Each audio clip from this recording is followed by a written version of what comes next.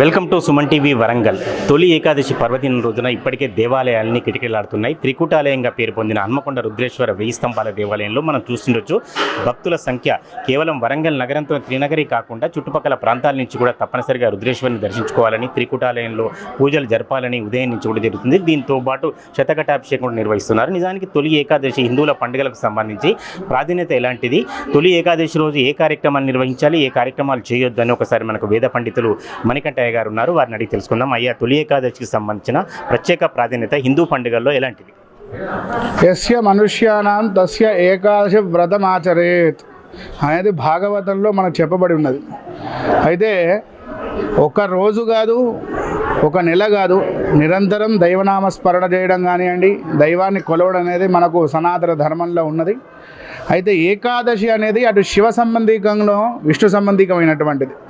ఏకాదశి రుద్రులుగా శివ సంబంధికంగా, అలాగే ఏకాదశి రోజే స్వామివారు ఈరోజు దక్షిణాయనంలో వచ్చేటటువంటి ఏకాదశి రోజు వైకుంఠ ద్వారాలలో స్వామివారు శయనించిన ఏదైతే ఉన్నారో అది తొలి ఏకాదశి రోజు నిద్రలేస్తాడనేది కూడా మనకు శాస్త్రవచనం ఉన్నది.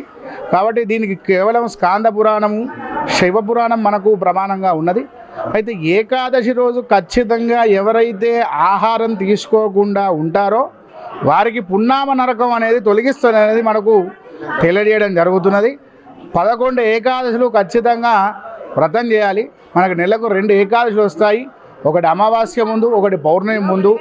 అయితే పౌర్ణమి ముందు వచ్చేటటువంటి ఏకాదశికి ఎక్కువగా ఫలితం అనేది ఉంటుంది. అయితే దానికి అనుకూలంగానే మన సనాతన ధర్మంలో తొలి పండుగ అయినటువంటిది ఆషాఢ మాసంలో వచ్చేటటువంటి తొలి ఏకాదశి. ఇది అయిపోయిన తర్వాత వెంటనే 4 రోజులకి గురు పౌర్ణమి అయిపోయిన తర్వాత వెంటనే రాఖీ పౌర్ణమి, శ్రావణ మాసము, సోమవారాలు, వరలక్ష్మి వ్రతాలు, మంగళగౌరి వ్రతాలు, తర్వాత గణపతి నవరాత్రులు, దుర్గా నవరాత్రులు, కార్తీక మాసం, కార్తీక పౌర్ణమి, ఇవన్నీ కూడా వస్తుంటాయి మన సనాతన ధర్మంలో. అలాగే మన యొక్క ప్రకృతి సమానంగా అయినటువంటి ఇదొక మొదటి పండుగ. కాబట్టి భక్తులు కానివ్వండి, జనాలు కానీ ఖచ్చితంగా ఏకాదశి వ్రతం అనేది ఆచరించాలి. మీ సమీపాన దేవాలయానికి వెళ్ళి అభిషేకం కానీ అర్చన కానీ నిర్వహించి, అయితే ప్రతిసారి ఏకాదశి అనేది ఒకటే రోజు రావడం జరుగుతుంది. ఈసారి నిన్న శుక్రవారం రోజు 10 గంటలకు ప్రారంభమై ఈరోజు సాయంత్రం 4 గంటల వరకు కూడా ఉంటున్నది. అయితే ఈరోజు సాయంత్రం 4 గంటల వరకు కూడా ఉపవాసం ఉండి మీ సమీపం ఉన్నటువంటి బ్రాహ్మణములకు కానీ ముత్తైదులకు కానీ వాయనం ఇచ్చి దానం ఇచ్చిన తర్వాత చుక్కలను చూసి భోజనం చేస్తే ఆ ఫలితం అనేది మీకు పరిపూర్ణంగా అందుతున్నది. కాబట్టి మనుష్య జన్మ ఎత్తినందుకు ఏకాదశి వ్రతం అనేది ఖచ్చితంగా ఆచరించాలి.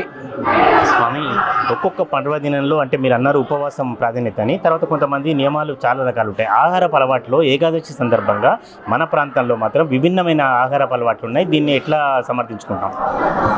వాస్తవానికి కూడా పరోపకారం ఇదం శరీరం, అయితే శరీర ధర్మాన్ని అనేది ముందుగా ఆచరించాలి. వారికి ఇప్పుడున్నటువంటి వైపరీత్యాలు కానీ లేకుండా శరీర వ్యవస్థ కానీ చూసుకొని పాటించాలి. అసలు ఏకాదశి వ్రతం మాత్రం ఆచరించింది మాత్రం దేవుని పూజ చేసి ఏదైతే నివేదన ఉంటుందో అదే నివేదన అనేది పండ్లు, పాలు, సాత్వికాహారం తీసుకున్న తర్వాతనే మిగతా భోజనం అనేది చేయాలి. అయితే ద్వాదశి రోజు భోజనం చేస్తేనే ఫలితం వస్తుంది. అయితే సాయంత్రం భోజనం చేయడం అనేది ఏమిటంటే వృద్ధాప్యులు కానీ, గర్భిణీ స్త్రీలు కానీ, లేదా ఆరోగ్యం సహకరించే వాళ్ళు సాయంత్రం చేసేవాళ్ళు కూడా చాలామంది ఇక్కడ ఉన్నారు. ఈ త్రికూటాలయం కాబట్టి ఒక కేవలం రుద్రేశ్వరుడే కాకుండా మిగతా భక్తులు కూడా పెద్ద ప్రాంతానికి వస్తారు. ఇటువంటి దానికి ఆలయానికి ప్రాధాన్యత ఎటువంటిది ఈ పండుగ సందర్భంగా? వాస్తవానికి కూడా తొలి ఏకాదశికి శివ సంబంధికం అనేదే మనకు భక్తులలో ప్రచారం ఎక్కువ. వైకుంఠ ఏకాదశి వైకుంఠ ద్వారం కాబట్టి విష్ణు ఆలయానికి ప్రచారం. అయితే ఇక్కడ శివకేశవులు 2 కొలువున్నటువంటి ఒకటే కోవిలే కాబట్టి భక్తులు కేవలం రుద్రేశ్వర స్వామిని చూసేటటువంటి, దర్శించేటటువంటి ఆలోచనలో ఉంటారు. ఎందుకంటే మనం ఏ దేవునైనా చూడగలుగుతాం, నమస్కరించుకుంటాం. ఒక శివుడిని ఒక్కడనే మనం ముట్టుకోగలుగుతాం. కాబట్టి చాలా వరకు మహిళలు కానివ్వండి, ఎందుకంటే రుద్రమదేవి పూజ చేసింది కాబట్టి ఆ స్వామివారిని ముట్టుకుందామని ఒక ఆలోచన. దాంతోపాటు ఈరోజు మనం ప్రకృతి సమానంగా పాడి పంటలు బాగుండాలని శతఘటాభిషేకం చేశాం కాబట్టి ఒక చెంబడి నీళ్లు ఆ కలశంలో ఉన్నటువంటి మట్టి నీళ్ళలో నీళ్ళు పోస్తే ఆ స్వామివారు సంతోషించి మన సుఖదుఖాలు అనేది ఏదున్నా కానీ మంచిగా చూసుకుంటాడు. దాంతోపాటు ఏంటంటే యువతకు ముఖ్యంగా తొలి ఏకాదశి ప్రాధాన్యత ఉండాలి.